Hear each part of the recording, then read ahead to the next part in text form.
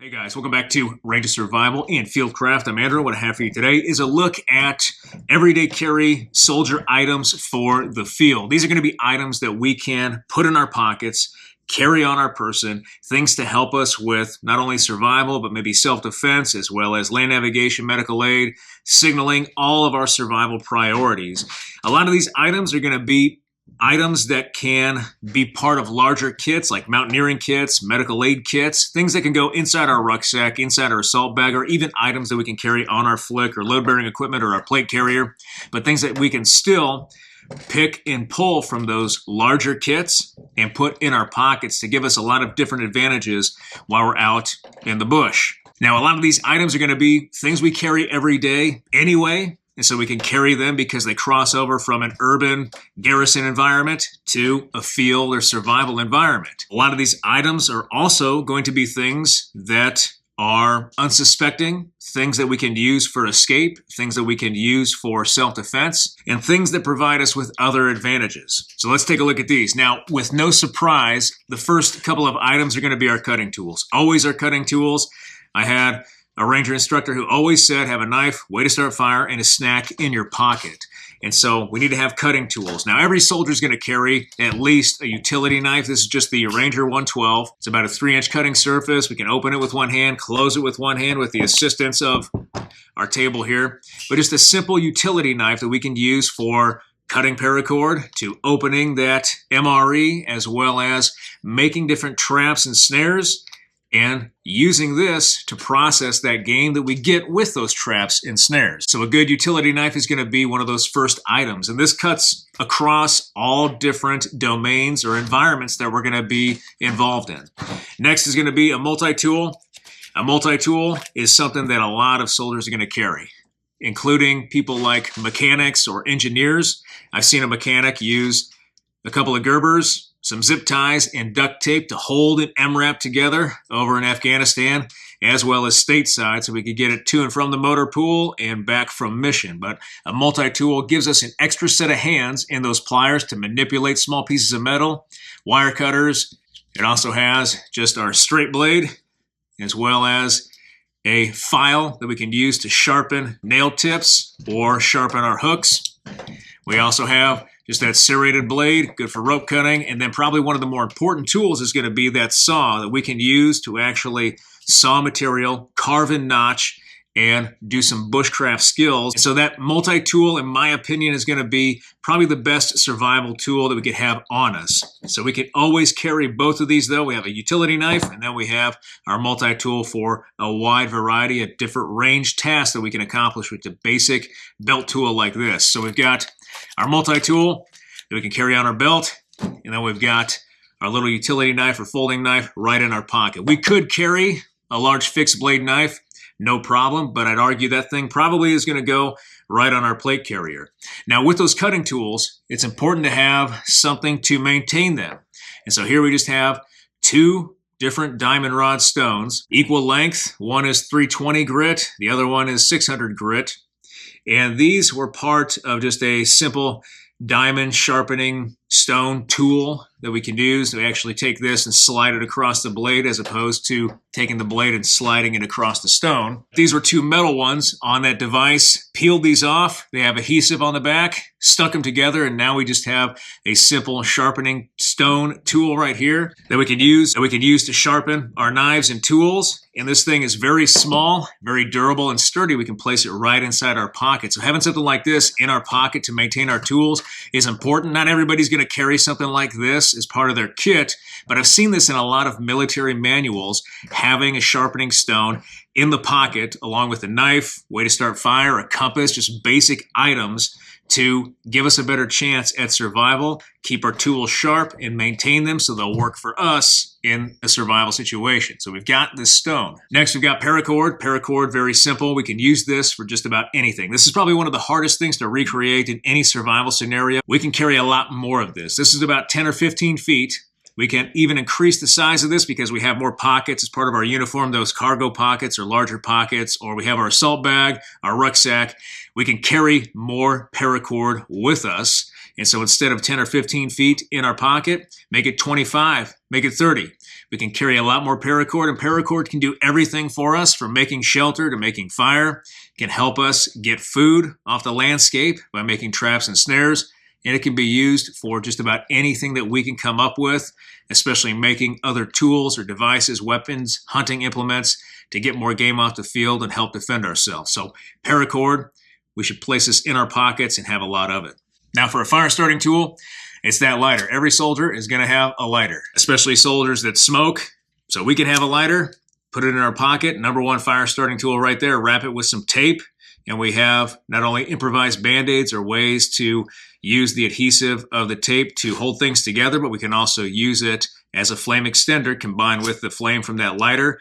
Use the tape as tinder itself to get a fire going, especially in inclement weather where it's nice and rainy and cold out like it is today. Then on the same lines with this lighter, we have chapstick, some sort of lip balm to go with our lighter. And the reason I say that is because we can use paracord and more tape to string these items together and make what's called a Ranger lighter. I came up with that at Ranger School. I've seen some other guys doing it too, where we just tape these smaller things together. That way they're together, they create a larger object we're less likely to lose out of our pocket. Plus, it's a little easier to find a lot of these smaller items if they're all taped together. With that chapstick, however, the petrolatum or petroleum jelly and the paraffin wax in the chapstick is a good flame extender combined with cotton balls, similar to cotton balls and Vaseline. Plus, you can always tell a steely-eyed killer by the suppleness of his or her lips. This also works on skin around our cuticles or our fingers to keep that skin moist and prevent cracking, especially in cold or dry environments when we're dehydrated. Our skin is going to begin to crack. Learn that the hard way, and so moisturizing those little parts of our skin or our fingers, especially when we're using them all the time, is going to pay dividends in the end. So we have that lighter for fire, and we also have that chapstick for fire, but for self-care. So there's another two items right there. Now, something I would encourage a lot of soldiers to carry is just a simple cravat or some sort of cotton cloth, because cotton cloth can be used for a lot of things, but cravats come in all medical aid kits, and they're everywhere. You can find them in surplus shops. You can find them at military stores. They're fairly cheap, and so we can pick up a lot of these. Plus, these cravats come with 2 safety pins. So we take it out of its package, and we hook the safety pin right up to the cravat itself. And now we have a multi-tool item right here, not just with the cravat, but also with the safety pins. This cravat is 100% cotton. It's designed to be a medical aid device. So we can use this as a sling. We can use this to swath limbs together to immobilize a fracture. We can use it as char cloth. We can use it to strain water. We can use it as improvised camouflage around our head. We can use it as a weapon with a rock, creating a sling bob. We can use this triangle-shaped piece of 100% cotton dressing for a lot of different things, similarly to a bandana that we may carry on the civilian side as well. But a cravat in our pocket gives us an opportunity to not only use this as a survival item, but also as a medical aid item, potentially save someone's life as an improvised tourniquet or pressure dressing. There are just a lot of different uses for a cravat. So soldiers should put these in their pockets, at least have one on top of that tourniquet that's going to go in a pocket as well, and just have that basic blowout kit. Tourniquet, pressure dressing or Israeli dressing, some sort of combat gauze, and even a cravat to package it all up and then transport a casualty is going to be a great blowout kit, plus just the number of uses for survival with just a simple cotton cloth like this. So that should be in our pocket as well. Now remember I said snacks. All right, always have a knife, way to start fire, and a snack in your pocket. Soldiers are always going to have some sort of snack, licky or chewy, or some sort of tobacco in their pocket, something to help them with that oral fixation, or to just give them a little bit of energy or something to chew on when they're bored.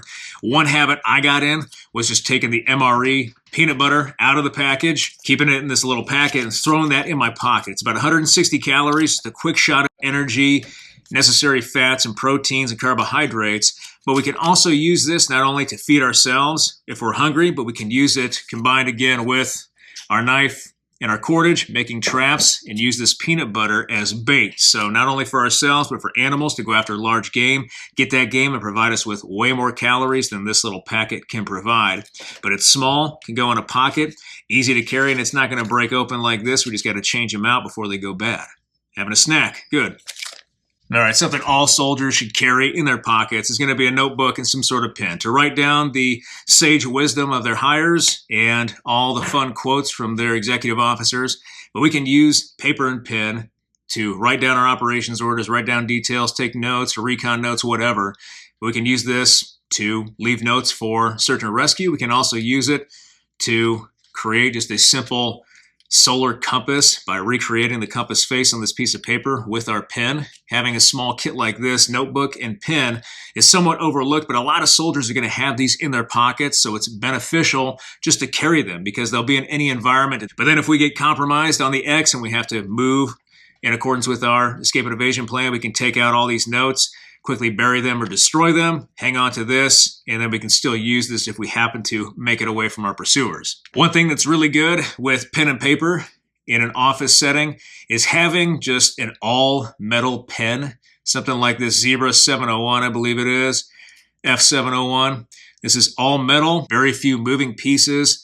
I think it's kept together by a cap down here at the pen writing section and then the actual button at the top. But this thing can be used as a tool not only to write Article 15s and sign important documents as you crush souls, but it can also be used as a defensive weapon by holding in the hand and striking down on sensitive portions of an attacker's body, eyes, nose, face, ears, mouth, neck, groin. Or it could even be used as an egress tool to punch a hole through a window and attempt to break a window to break out of a car or break through some sort of glass barricade, whatever it is. Very unsuspecting, very easy thing to carry. Plus we have those pin holder pockets on most uniforms, so we can slide this right in. Every soldier should carry something like this. Many, many, many uses for this. And then if we have the right type of pin, who knows? We could even do an improvised cricothyroidotomy, helping somebody establish an airway by punching this through their throat and opening up that airway so they can breathe. Who knows?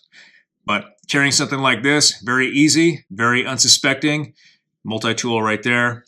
So another thing soldiers should carry, this is going to be mostly on their flick, especially for conventional forces and anybody that is just going to work with that lensatic compass and doesn't really care, doesn't really want to put extra compasses on. I would argue that having these on, especially for infantry or combat arms, is going to be really important because with these simple compasses, just a simple button compass, we can get basic chrono directions. This is a cheap one, bought at a Hobby Lobby, and it is pointing directly north, so it's good. So this little button compass just fits right on our watch. We could wear it right here, get a quick reading, north, east, south, and west, and then move out that basic cardinal direction. Or we could go with something like a wrist compass like this that is going to be just a little bit more detailed. This is a Sunto wrist compass.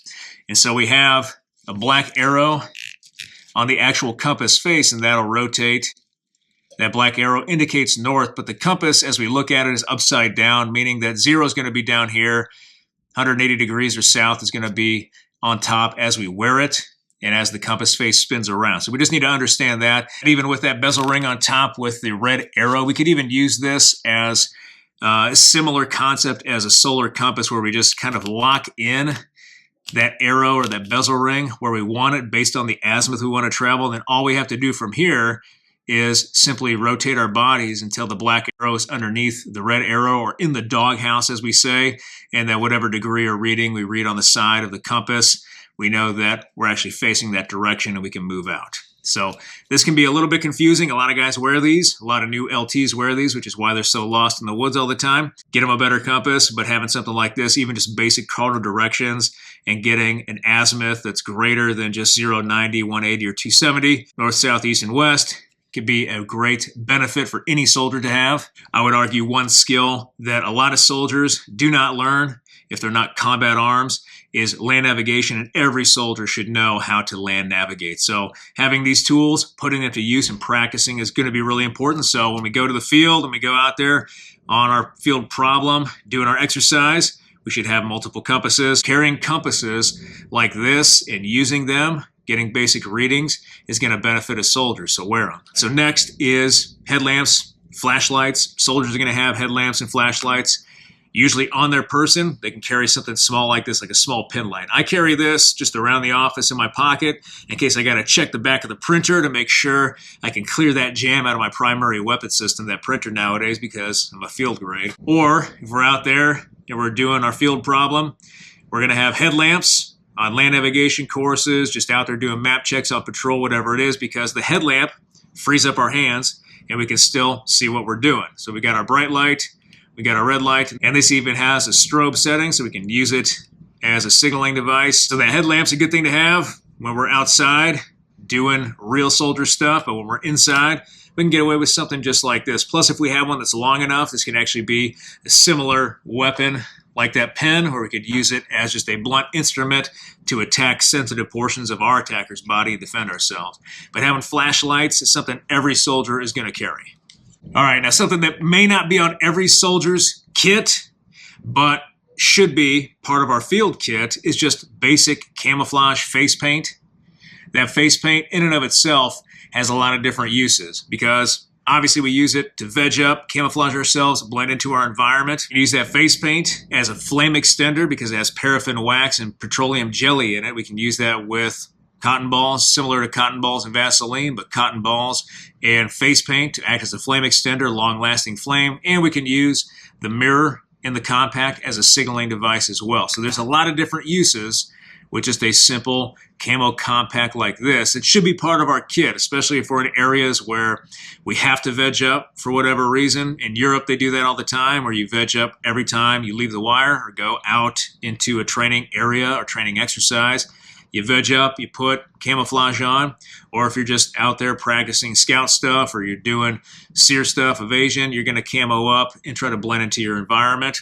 Multifunctional kit item right here that's too easy to slip in a soldier's pocket.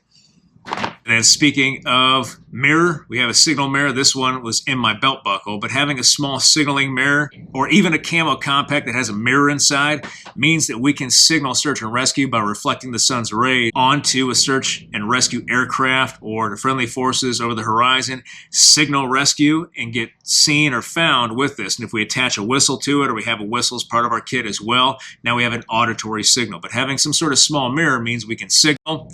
If we carry that camo compact, we have it right there, ready to go.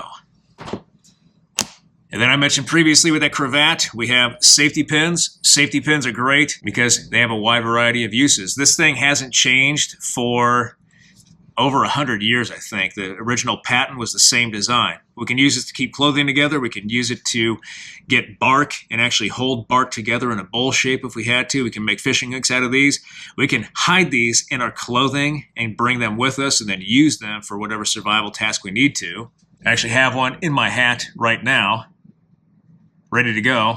And so that's the beauty with safety pins, is just having them on us. We can conceal them in our clothing and they're ready for us whenever we need them. And speaking of items we can hide in our clothing, a small escape kit can be concealed in the clothing and may be overlooked by our captors during the initial search.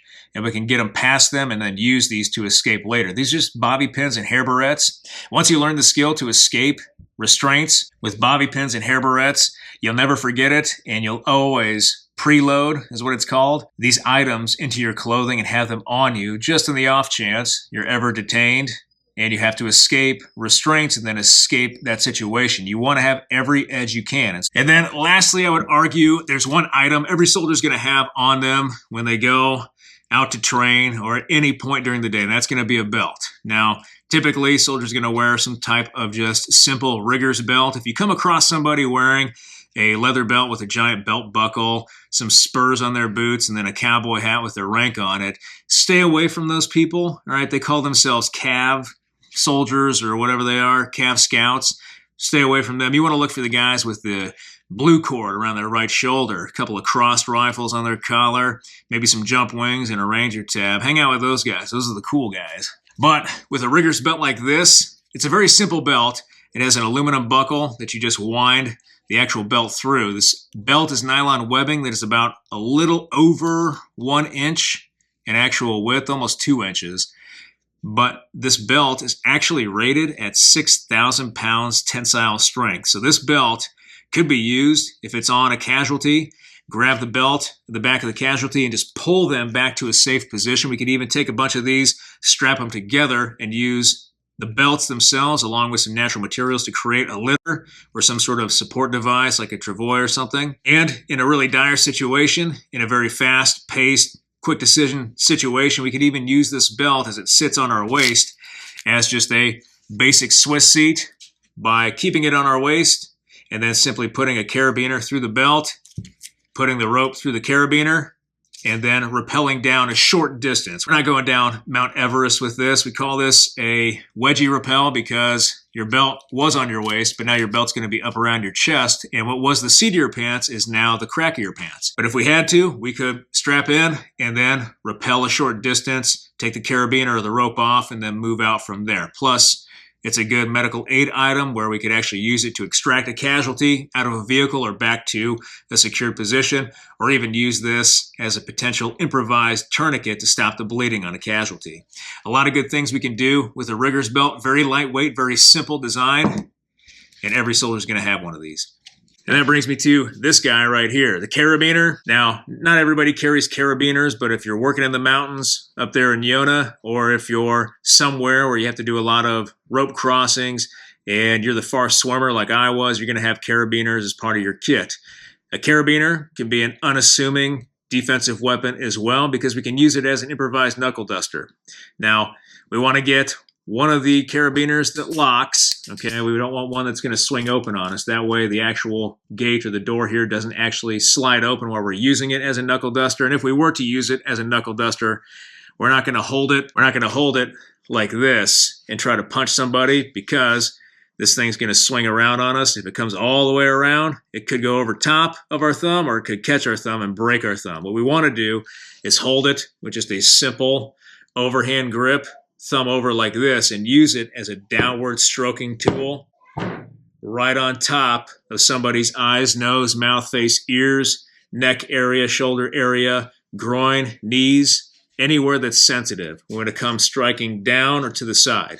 And we're going to use this portion and maybe even this portion to conduct those strikes. But this is an unassuming tool that we could have in our pocket because we may be mountaineering, we may be doing something, or we just like carabiners and we have them in our pocket. It's unassuming and we could still use it as a potential defensive weapon. Or we could even use this as a survival tool. We could use this to help suspend our rucksack up off the wet ground like today, or we could use it with ropes to conduct a rope bridge, or rappel, or we could use it for any number of things, maybe even a windlass for a tourniquet. A lot of good things that we can use a carabiner, a heavy-duty one like this for. So we have this as part of an everyday carry kit. Not always everyday carry, but it could be on our assault bag, could be on our rucksack, could be part of our kit or our larger mountaineering kit that we may just have on us that we can grab, throw in a pocket, and carry with us. All right, guys, a very down and dirty video today on just an everyday carry kit loadout for soldiers going out to do their field training. Now, we don't have to carry everything in this kit. Obviously, this is a lot of stuff to shove in our pockets. We can pick and choose what we want and what we want to carry based off our situation and our own experience level and what we want to carry with us. But I really hope you liked this video. If you did like this video, hit that like button, hit that subscribe button, leave me a comment down below. I always appreciate you guys' feedback. I want to thank you guys for everything you do for me, for this channel, for your likes, your views, your subscriptions, your comments, your feedback, and your shares. And I'll be back with another video as soon as I can, guys. Thanks.